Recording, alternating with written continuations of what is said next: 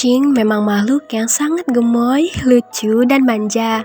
Nah, beberapa manfaat dari kucing adalah dia bisa menjadi teman yang menemani kita sehari-hari, sehingga mengurangi kesepian. Beberapa studi bahkan menyatakan bahwa kucing bisa meningkatkan kekebalan tubuh, menurunkan kadar stres dan kecemasan, serta mencegah risiko penyakit jantung. Memelihara kucing juga dapat menumbuhkan rasa kepedulian kita sebagai sesama makhluk hidup. Wah, bagus banget ya manfaatnya. Nah, Sobat Ciboyers, dari sekian banyak manfaat tersebut, kita perlu sadar diri juga karena untuk membuat keputusan memelihara kucing itu perlu beberapa pertimbangan loh. Oke, langsung aja ya. Yang pertama, pertimbangkanlah keuanganmu. Nah, ini yang paling utama nih. Kenapa? Karena kita harus bisa membuat komitmen investasi teman hidup untuk jangka panjang. Karena kucing bila sungguh-sungguh dipelihara, dia bisa hidup hingga belasan tahun loh. Nah, bila kita memeliharanya, bisa diperkirakan dia bakal tinggal bareng di rumah kita sepanjang hayatnya.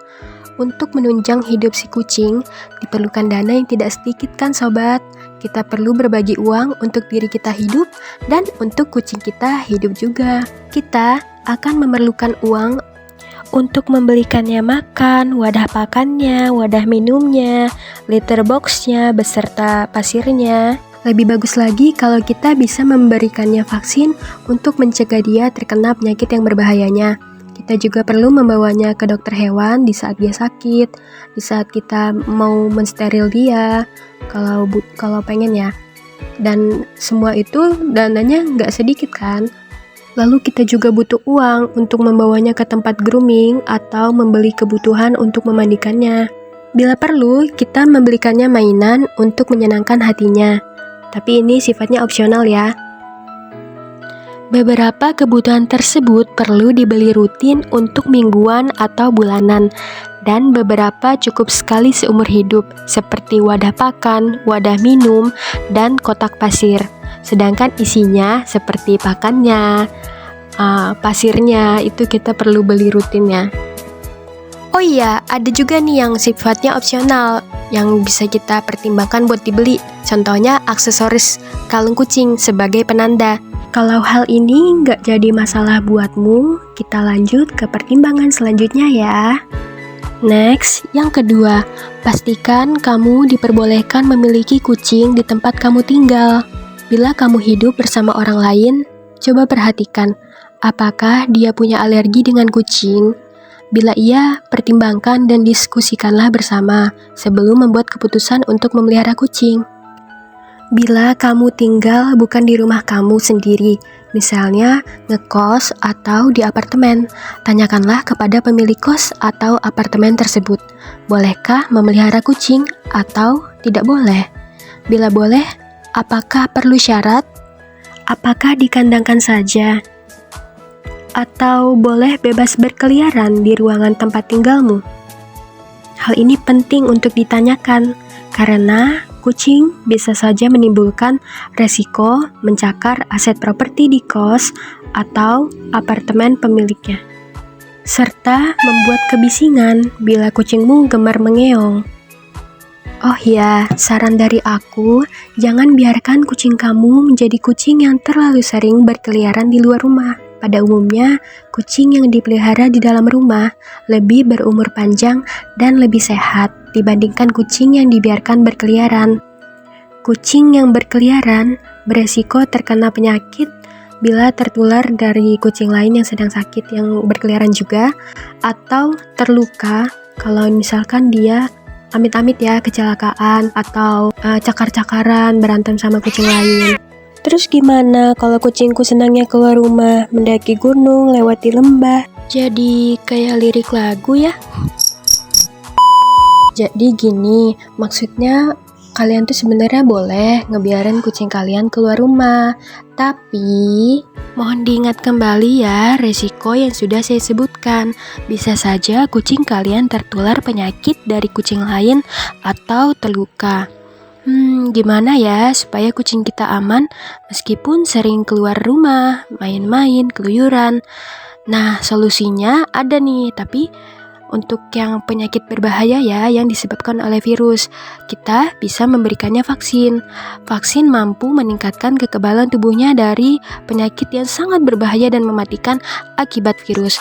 Kalau yang lainnya kita nggak bisa mencegah, tapi kita bisa mengobati. Sedangkan kalau virus bisa dicegah. Sedangkan untuk mengobatinya cukup sulit. Kalau pertimbangan ini juga sudah oke, kita lanjut ke syarat berikutnya ya. Sobat Ciboyers, kucing sejatinya makhluk introvert yang juga mandiri, sehingga tidak butuh banyak ditemani seperti anjing. Namun, penting bagi kamu buat pertimbangin jumlah waktu milikmu buat ngasih dia makan, minum, perhatian, dan main bersama untuk menjalin kedekatan. Aku ada saran nih, kalau misalnya kalian sibuk banget tapi hidup kalian gak sendirian, kalian bisa limpahkan tugas tersebut ke orang terpercaya seperti anggota keluargamu atau pembantumu. Oh iya, aku jadi ingat, ada teknologi wadah pakan dan minum kucing yang otomatis refill gitu. Jadi isinya tuh bisa keluar otomatis dan ngisi ulang kalau misalnya yang dibawa udah habis. Kalian bisa cek sendiri di online shop terus beli ya kalau misalkan kalian tertarik. Oh iya, ada yang kelupaan. Kalian juga perlu waktu buat ngurus litter box-nya ya.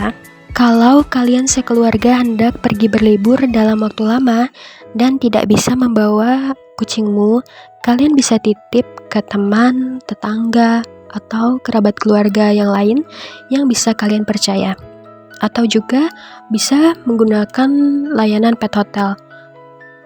Beberapa layanan pet hotel sudah sepaket dengan jasa periksa dari dokter hewan sebelum dimasukkan ke pet hotelnya dan juga selama berada di pet hotel. Jadi bila sewaktu-waktu mereka sakit, mereka bisa segera diobati dan juga mereka harus maksudnya dipastikan sehat kalau mereka masuk ke pet hotel agar tidak menulari yang lainnya. Namun tetap saran saya lebih baik kucing kalian sudah divaksin terlebih dahulu agar mereka lebih kebal dan terhadap penyakit yang sewaktu-waktu bisa muncul. Jadi mereka juga tidak menulari kucing yang lain kalau mereka lebih sehat sebelumnya. Begitu ya. Jadi sebaiknya kucing kamu sudah divaksin sebelum dititip ke pet hotel. Oke, Sobat Ciboyers, kira-kira berapa sih waktu total per hari yang dibutuhin kucing bersama kita? Kalau saran dari aku kira-kira 30 sampai 40 menitan. Tapi boleh lebih kok. Emang ngapain aja? Ya, untuk memberi makan, minum, cek kondisi kesehatannya, serta main-main sama kucing kalian buat bangun keakraban. Beberapa kucing yang bahasa kasihnya tuh physical touch bakal senang banget dan menikmati kalau kita ngelus-ngelus si kucing. Bisa di bagian kepala, di bagian dagu, atau bagian rambut punggungnya. Itu aja sih yang aku rekomendasiin bagiannya. Kalau bagian lain aku kurang rekomen kayak bagian perut karena itu tuh benar-benar sensitif bagi si kucing. Kucing kamu umumnya merasa geli seperti sensasi tergelitik gitu saat dibelai perutnya. Dia bisa merasa tidak nyaman dan protektif sehingga bisa saja dia menyerangmu, menggigit atau mencakarmu sebagai bentuk perlindungan dirinya. Hey human, geli, stop it. Namun ada beberapa kucing yang justru menikmati saat digelitik perutnya. Bila dia mengizinkanmu, itu tandanya dia sudah mempercayaimu dan itu juga gak jadi masalah buatnya untuk merasakan geli di perutnya. Tapi kalau kucing kamu galak, jangan coba-coba ya disentuh.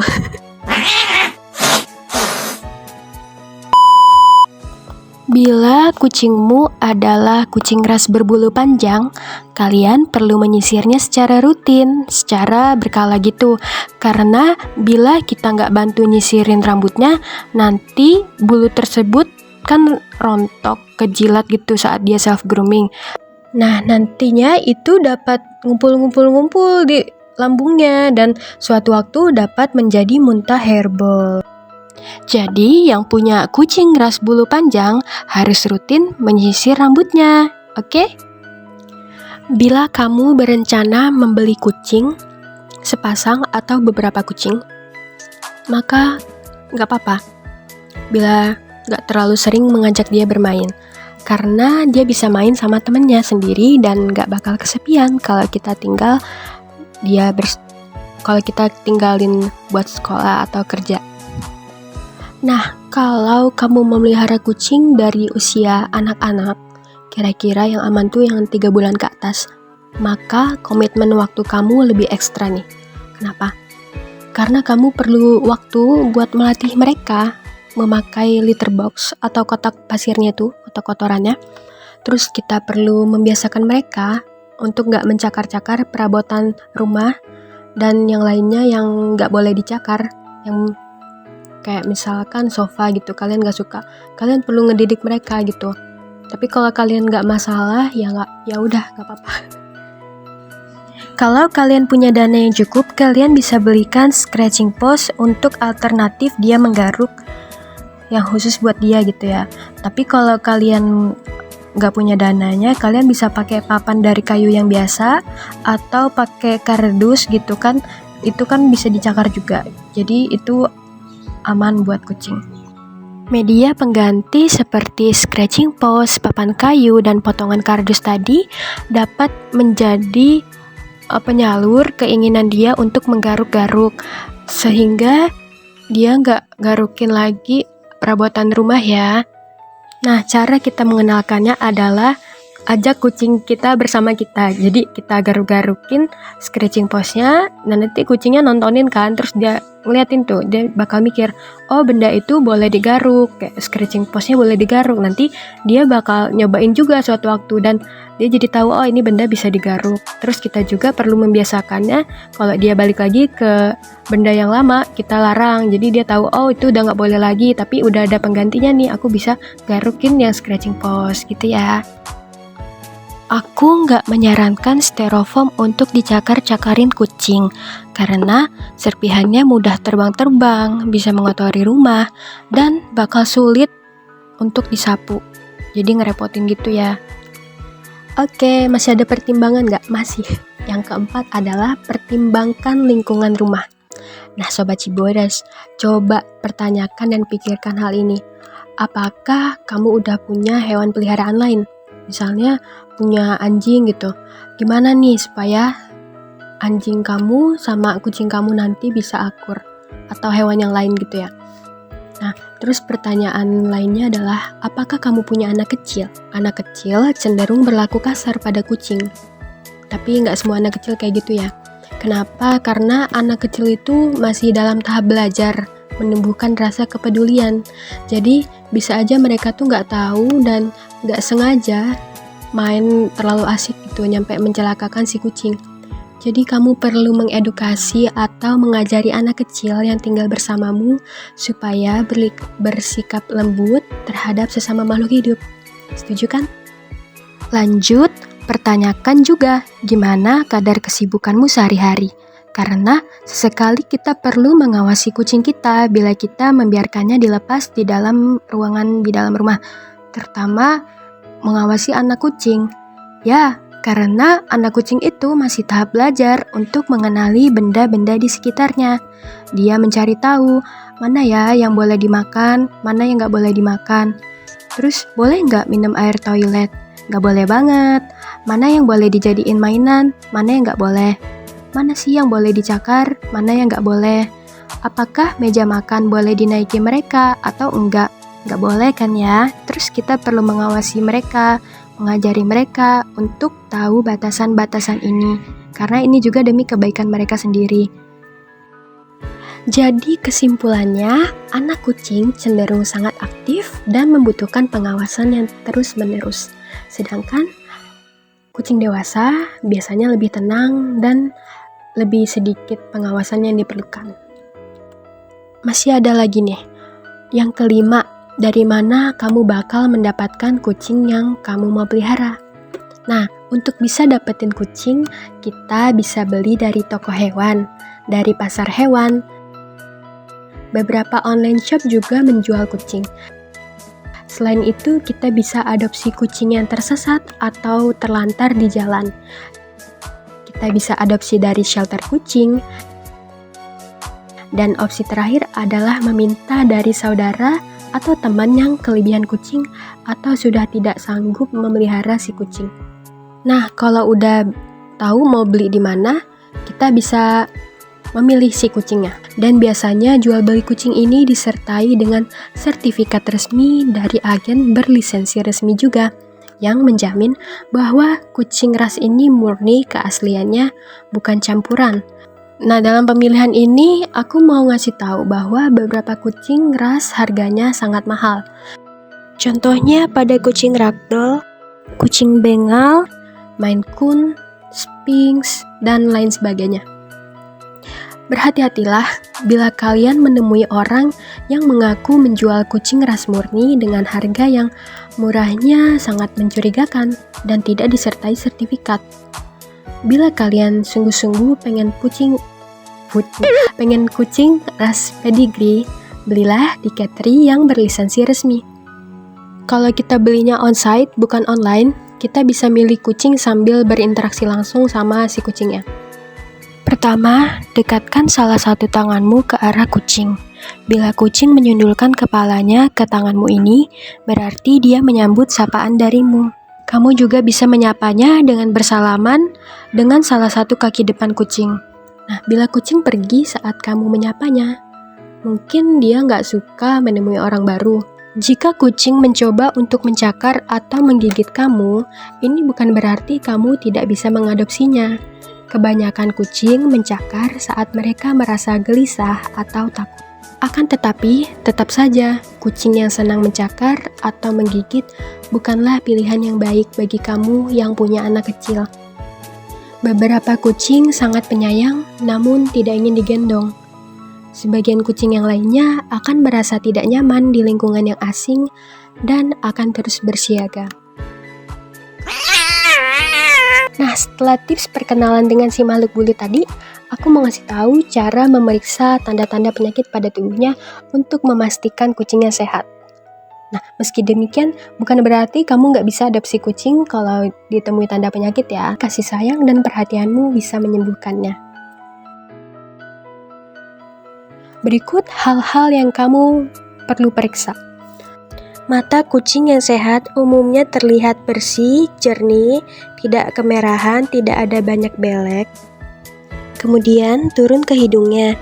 Hidungnya pun bersih dan suara nafas yang keluar terdengar normal. Lalu cek telinganya bersih, nggak ada bau, serta tidak ada aktivitas menggaruk telinga yang terlalu sering. Lalu dicek bagian bulunya, apakah seluruhnya bersih, bebas parasit, gak ada kutu, gak ada jamur gitu ya. Terus dilihat kulitnya, bersih gak, ada lukanya gak. Terus kita cek bagian paling belakang, bagian bokongnya, apakah bersih atau kayak ada basah-basah dan warna tertentu gitu. Ada nggak kayak kelihatan cacing putih gitu keluar dari bokongnya. Beberapa ciri dari kucing yang cacingan diantaranya terlihat badan membusung tetapi secara keseluruhan terlihat seolah-olah dominan kurus gitu. Jadi tulang di rusuknya itu kelihatan tapi badannya membusung. Lalu juga anusnya cenderung kotor, bulunya kusam. Dan kalau sudah parah, bagian selaput putih di bagian bawah matanya itu bisa naik ke atas. Bila cacingan pada kucing sudah terlalu parah dalam menginfeksi, biasanya cacing akan mudah ketemu di bagian anus, itu kelihatan kayak putih-putih di anusnya itu dan dia bergerak-gerak. Selain itu juga bisa dilihat dari telur cacing yang ditemukan pada kotoran si kucing bila diperiksa lebih lanjut di bawah mikroskop oleh dokter hewan. Selain itu juga bisa ditemukan cacing di muntahannya. Tidak lupa kita juga perlu memeriksa bagian perutnya apakah bersih dan normal. Lalu kaki tangannya apakah mampu bergerak dengan normal dan juga bersih, paunya juga bersih. Lalu area mulut juga perlu diperiksa apakah bersih, normal, tidak ada sariawan. Ini ada beberapa pertanyaan yang bisa kamu ajukan untuk mengetahui riwayat kucing. Sudah berapa lama kucing berada di sana? Lalu mengapa kucing tersebut bisa ada di sana? Apakah dia datang sendiri? atau ada orang yang menaruh ke sana karena dia menemukannya di jalan. Tanyakan juga bagaimana kucing tersebut berinteraksi dengan kucing lain, dengan pegawai. Apakah dia lebih senang menyendiri, apakah dia bersikap ramah, atau lebih senang bermain dengan yang lainnya.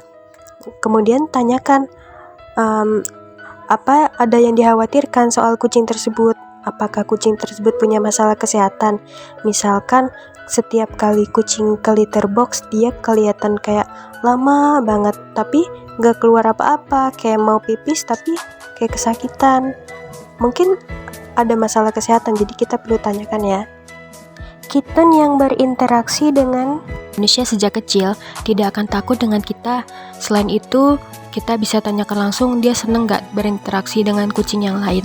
Apakah si kucing ini gemar bermain dengan kucing lainnya atau malah senangnya menyendiri? Penting untuk mengenalkan kucing dengan orang di 7 minggu pertama kehidupannya.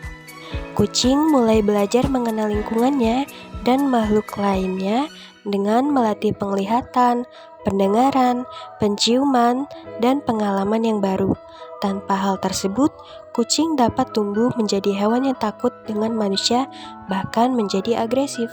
Penelitian menemukan bahwa kucing yang lebih banyak melakukan kontak dengan manusia pada 7 minggu pertama kehidupannya, kemungkinan besar akan tumbuh menjadi hewan yang ramah dan berkembang dengan baik. Perkenalan yang baik dapat dilakukan dengan cara menggendong dan mengelus kucing, setidaknya beberapa menit dalam sehari. Nah, waktu awal hidup anak kucing selama 7 minggu pertama ini juga penting untuk senantiasa bersama induknya. Kenapa? Karena dia bakal dapat ASI eksklusif dari induk, yang mana dapat memperkuat sistem daya tahan tubuhnya. Teman-teman, selama periode menyusui ini, aku punya saran yang bagus buat kalian tiru. Jadi si induknya ini kita bisa kasihkan vitamin yang secukupnya aja selama beberapa kali dalam seminggu. Jadi nanti sistem daya tahan tubuhnya secara tidak langsung akan meningkat untuk si induk, dan nanti hasilnya itu kan diminum sama bayi-bayinya. Nanti sistem daya tahan tubuh bayinya akan semakin bagus lagi karena kualitas ASI yang lebih bagus. Proses pengenalan penting yang lain adalah bermain, baik dengan mainan maupun dalam interaksi dengan manusia seperti bermain kejar-kejaran. Kemudian, anak kucing juga sebaiknya dipertemukan dengan banyak orang, sehingga dia tidak malu ketika menghadapi orang asing. Kalau gitu pilih yang anak kucing, yang kitten atau yang dewasa ya. Saat kamu melirik anak kucing yang imut, kamu mungkin teralihkan dan melupakan kucing dewasa. Tetapi sebetulnya kucing dewasa juga punya beberapa kelebihan. Kepribadian kucing dewasa biasanya telah terlatih, jadi dia bakal tahu gimana harus bereaksi dan bersikap. Kucing dewasa telah terlatih terutama untuk buang air di kotak pasir, maksudnya pup di litter box, dan juga dia tidak perlu banyak pengawasan. Kucing dewasa biasanya lebih tenang sehingga lebih aman bagi anak kecil. Jika kucing dewasa yang telah kamu pilih ternyata kucing yang sangat liar, dia kagetan ketemu manusia, lalu juga dia tidak tahu cara pup di litter box karena terbiasa buang pup sembarangan di pasir di lingkungan. Tidak apa-apa, kita hanya perlu kesabaran yang ekstra untuk melatihnya kembali supaya tidak kagetan ketika bertemu dengan manusia, serta mampu menggunakan litter box dengan baik. Ketika dia membuat kesalahan, kita tidak boleh bersikap kasar. Kita harus ekstra sabar dan bersikap lembut, sehingga lama-kelamaan kepercayaan si kucing dapat terbangun terhadap manusia, sehingga dia lebih percaya diri serta menjadi teman yang menyenangkan dan jinak. Saat kalian memutuskan untuk memilih kucing yang berada di pet shop ataupun di shelter, yang mana jumlahnya tersebut sangatlah banyak, kemungkinan ada beberapa kucing yang sudah sangat akrab dan dekat dengan kucing yang lainnya, sehingga kalau mereka dipisahkan, kemungkinan mereka akan menderita secara emosional. Nah, kesetresan ini bisa membuat daya tahan tubuh si kucing menurun. Ketika daya tahan tubuhnya menurun, si kucing akan lebih mudah sakit, sehingga akan jauh lebih baik kalau mereka diadopsi kedua-duanya. Bila mereka diadopsi kedua-duanya, mereka akan bisa menguatkan satu sama lain ketika stres saat pindahan. Dan itu mereka masih bisa terus berteman dan berinteraksi sehari-hari bila kita mengadopsi keduanya sekaligus. Teman-teman, kalian boleh juga kok memilih kucing yang sakit, tetapi bertanggung jawablah untuk menyembuhkannya. Bawalah mereka ke dokter hewan agar mendapatkan pemeriksaan menyeluruh, lalu mendapatkan tindakan penanganan dan pengobatan yang tepat. Setelah itu kita bisa lanjut merawatnya di rumah. Oke, setelah fix memilihnya, maka ku ucapkan congratulations, selamat menempuh hidup baru dengan hewan peliharaan barumu. Sayangilah dan rawat kucing kamu sebaik-baiknya. Itu aja tips-tips dari aku, semoga bermanfaat. Bila ada salah kata, tolong koreksi aku di komentar ya, dan berilah saran yang membangun. Teman-teman, bantu subscribe channel Ciboren Empire. Terus kalian boleh banget pencet tombol like yang jempolnya ke atas, dan juga kalian boleh sharing video ini bagi yang membutuhkan informasi ini. Terima kasih, dadah.